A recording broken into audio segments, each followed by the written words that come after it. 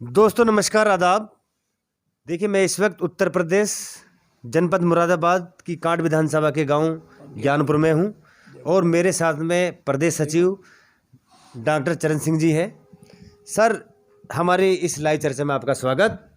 क्या माहौल चल रहा है सर? धन्यवाद। माहौल ठीक है, बहुत अगर अच्छा। बात करें विधानसभा कांट की, विधानसभा कांट वोटिंग की, है? हाँ जी, परसों वोटिंग है। जी जी जी और इसमें मैं तो यही कहूँगा जी कि इस देश में अधिकतर किसान ही रहते हैं, कृषि प्रधान देश है और किसानों को ही वोटिंग करना है। जी जी जी 13 महीने किसानों का आंदोलन दिल्ली में चला और जो सरकार में बैठे लोग हैं उन्होंने नकारा, अलग अलग नामों से किसानों को नवाजा। सर्दी, गर्मी, बरसात, सारे मौसम देखे। 700 से ज़्यादा हमारे किसान शहीद हुए और सारी परेशानियां झेली। और सबकी ज़बान पर यही आता है कि ये इस देश का जो प्रधानमंत्री है ये बहुत ही तानाशाह है, ये नहीं मानेगा। और किसानों ने इस प्रधानमंत्री को झुकाया। एक चीज़ बताएं सर, ये ज्ञानपुर में बता दूं जाट बहुल गांव है मुरादाबाद में, कांट विधानसभा का। तो अभी क्या रुख है आपका? आप भी प्रदेश सचिव हैं, क्या कैसे देख रहे हैं अभी इसको, कांट विधानसभा को? आप किस तरीके से लोगों को आप जो है जागरूक कर रहे हैं, कैसे वोट होना चाहिए? आपका जो किसान यूनियन है उधर तो हो ही गया जो हुआ फर्स्ट चरण में, लेकिन यहाँ आप कैसे कर रहे हैं? 13 महीने का आंदोलन झेलने के बाद जो दर्द किसानों के अंदर है जी जी वो निकल कर बाहर आ रहा है। जो पहला चुनाव हुआ है उसमें भी संदेशा यही गया है जी कि ये सरकार में जो बैठे लोग हैं, जो भाजपा के लोग हैं, इन्हें नकारा गया है। और यहाँ पर भी वही होगा। भाजपा ने इस देश के किसानों को नकारा है, बहुत हठधर्मी पर रहे हैं, नए नए नाम दिए हैं। मैं तो यही कहूँगा जी जी कि ऐसे में उन सारी बातों को ध्यान में रखते हुए इनसे बच के रहना है। और राकेश टिकैत जी का जो इशारा है उस बात को ध्यान में रखते हुए उन्होंने यहाँ पर प्रेस कॉन्फ्रेंस करने के बाद ये सीधा संदेशा दे दिया कि भाजपा के लोगों से बचकर हमें वोट करना है। और भाजपा से हटकर यहाँ पर राष्ट्रीय लोकदल और सपा का जो गठबंधन है वही किसानों के हित की बात करेगा। मैं यही कहूँगा जो गठबंधन का उम्मीदवार है उसे वोट कर। एक सरकारी नल, एक ठंडे पानी की टंकी, और उसने अपने मन की व्यथा लिखी जिसमें उन्होंने ये निवेदन किया कि महोदय, जहाँ जैसे अदर कंट्री होते हैं हमारे वर्ल्ड में, तो वहाँ पे भी क्या उनको ऐसे ही सम्मानित किया जाता है शहीदों को उनके मरणोपरांत जो है। ये जो भारतीय जनता पार्टी की सरकार है ये हिंदुत्व और राष्ट्रवाद के मुद्दे पे चुनाव लड़ती है कि साहब हम सबसे बड़े राष्ट्रवादी हैं।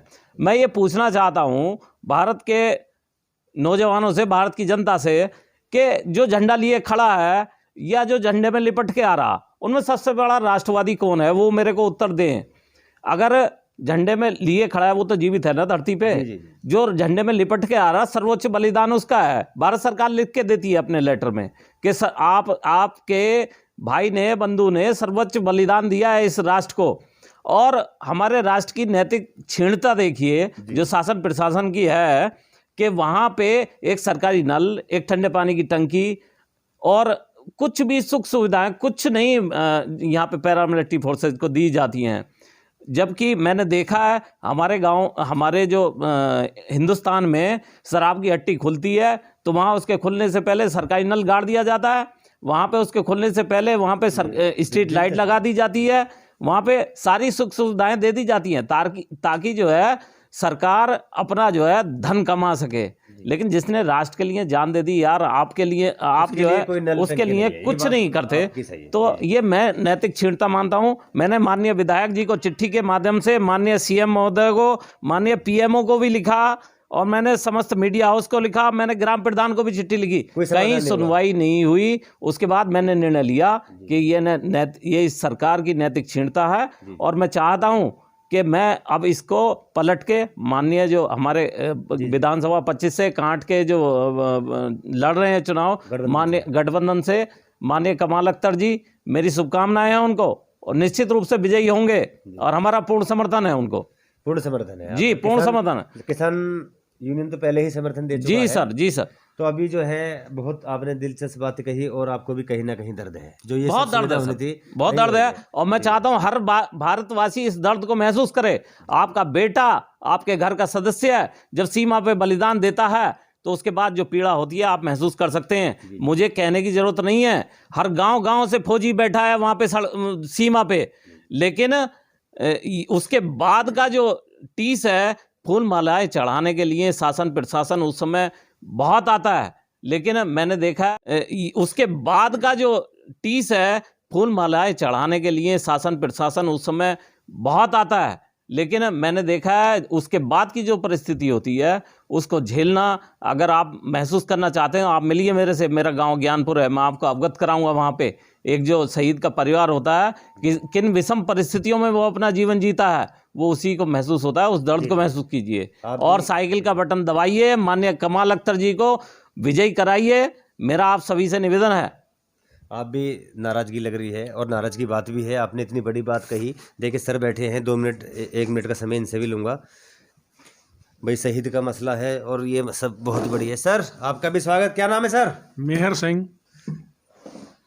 बातें हुई डॉक्टर चरण सिंह से, जो प्रदेश सचिव हैं किसान यूनियन के, जी जी युवा हैं, उनसे भी बातें हुई। जी। क्या कहना चाहते हैं सर आप, जो अभी चुनाव चल रहा है उत्तर प्रदेश में और खासकर मुरादाबाद की काठ विधानसभा के लिए, जी, जी। क्या मैसेज है आपका? मैं यही कहना चाहूँगा जी कि नफरत फैलाने वाले जो सरकार है उसका सफाया होने जा रहा है और भाईचारा को मानने वाली गठबंधन की सरकार आने जा रही है। और